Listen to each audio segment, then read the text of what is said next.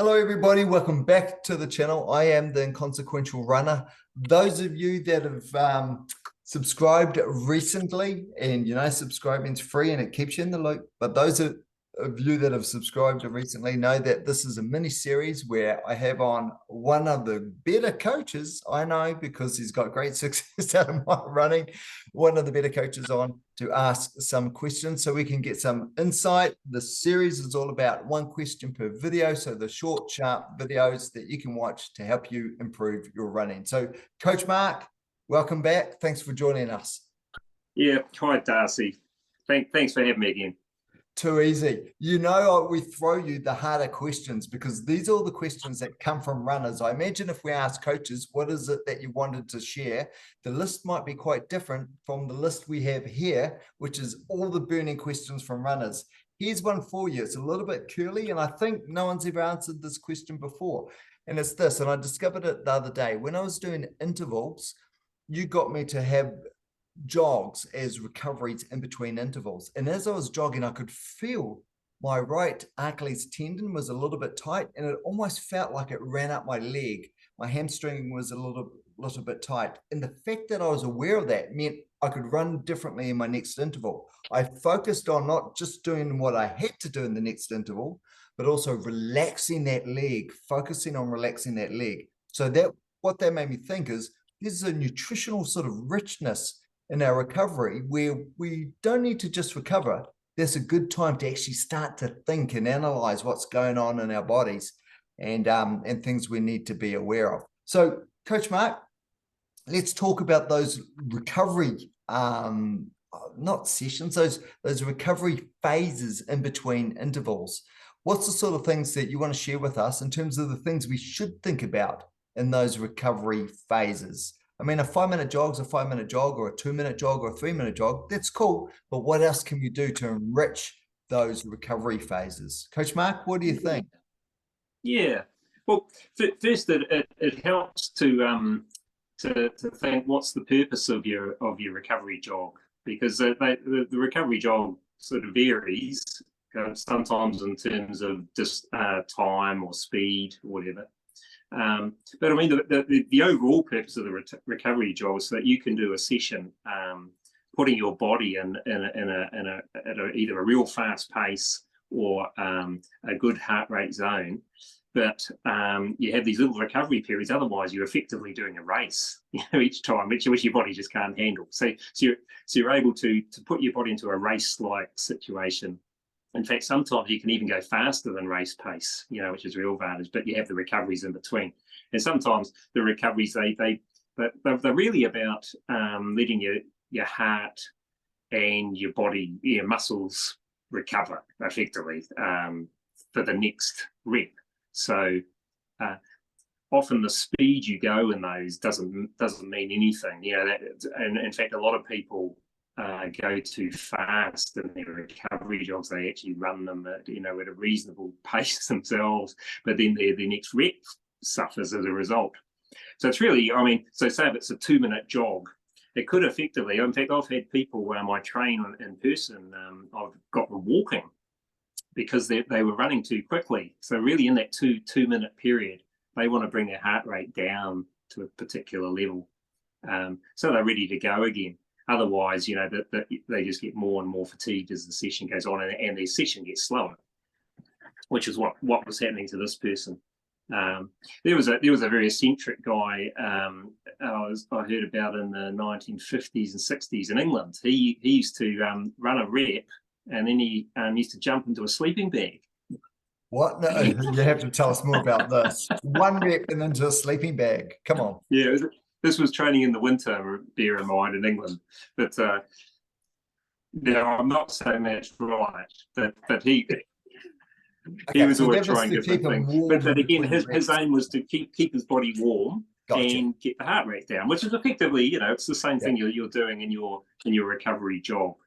Yeah. So say you do a real good rep, you're on your recovery jog, thinking most of the time speed does not matter. So you're basically your first thought is, that was pretty hard, that last rep.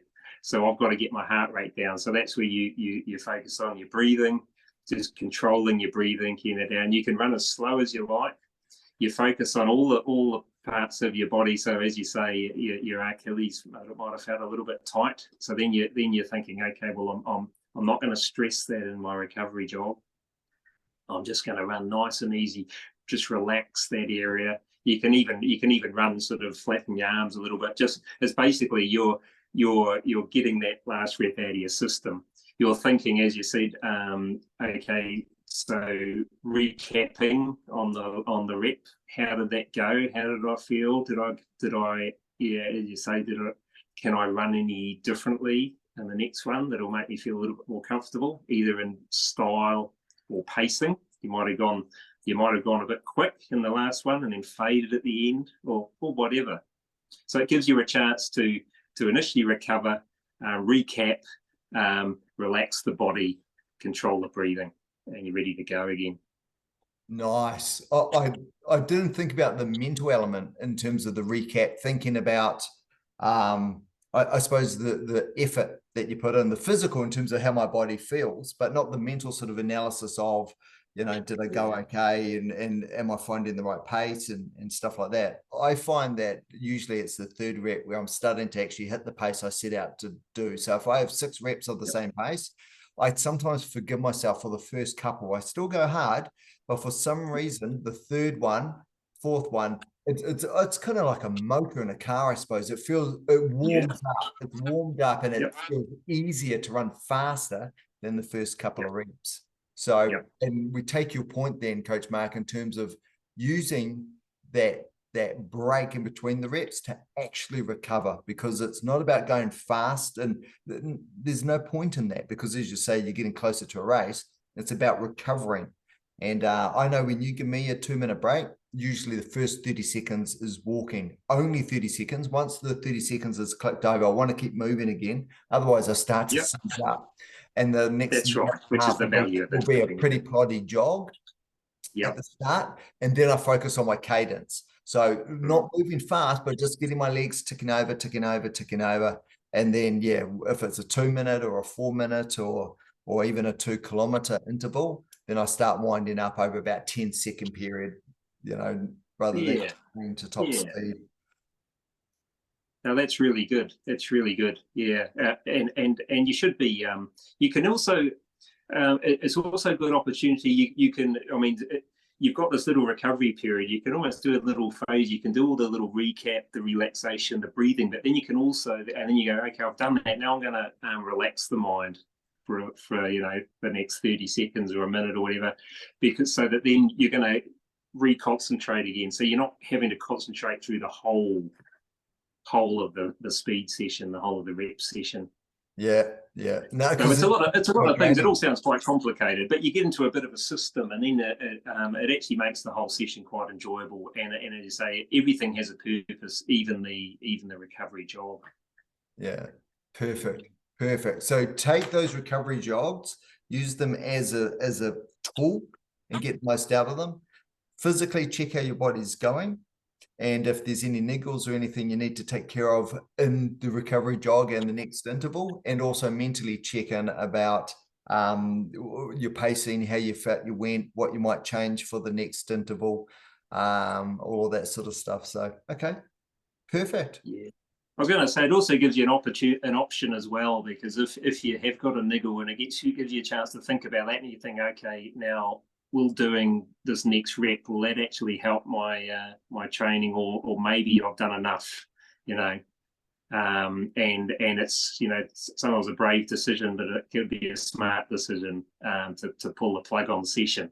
You know, you might have 8 reps or whatever planned, but say after the 6th one, you think, okay, actually that last one, I feel like I'm actually getting slower and slower. I'm getting more fatigue, or my legs are starting to tighten up. Maybe I'll pull the plug now, and, you know, put the session in the book and live to fight another day. So that's the sort of thing that goes on in your recovery jog. You can, you know, it's again knowing your body. Yes, and it's last point we'll make then, and something I'll just throw you away, Coach Mark. Sometimes it's really hard to know whether the niggle is something that's actually something that's going to become agitated or aggravated, or if or if it's something you can run through. Sometimes I have a couple of tweaks or a niggle on my knee, and that occurs when I'm warming up and at a slow pace. And when I run fast, it's almost like I run above the niggle zone and I'm okay. So yeah, it might be a case of, as you say, Coach Mark, test it out. And if it's not going away, or if you know that it's going to stay with you for the next intervals, then yeah, make a shrewd decision. There's no point trying to maintain a little bit of fitness and for the cost of injury. So, all right. Coach Mark, thank you so much. That really, I think that enriches those recovery jogs. So rather than just plodding around for a couple of minutes, it can be a really insightful point in between intervals to think about a good number of things. Coach Mark, thank you so much. We will catch you in the next video. Everybody that's watching, thank you so much for being part of this channel. If you like what we do, subscribe or click the like button, share it with some friends. We're going to continue making these videos short, sharp, rich, full of information for you because you're a runner. I'll say goodbye. Coach Mark, I'll leave it to you now to say goodbye to. Yeah, thanks very much. And thanks for having me. Yeah, keep the questions coming. Too easy. Too easy. That's a good point. Keep the questions coming. If you've got a question, throw it in the comments below and we'll answer it, Coach Mark. All right. Take care, everybody. Cheers, everyone. Bye-bye.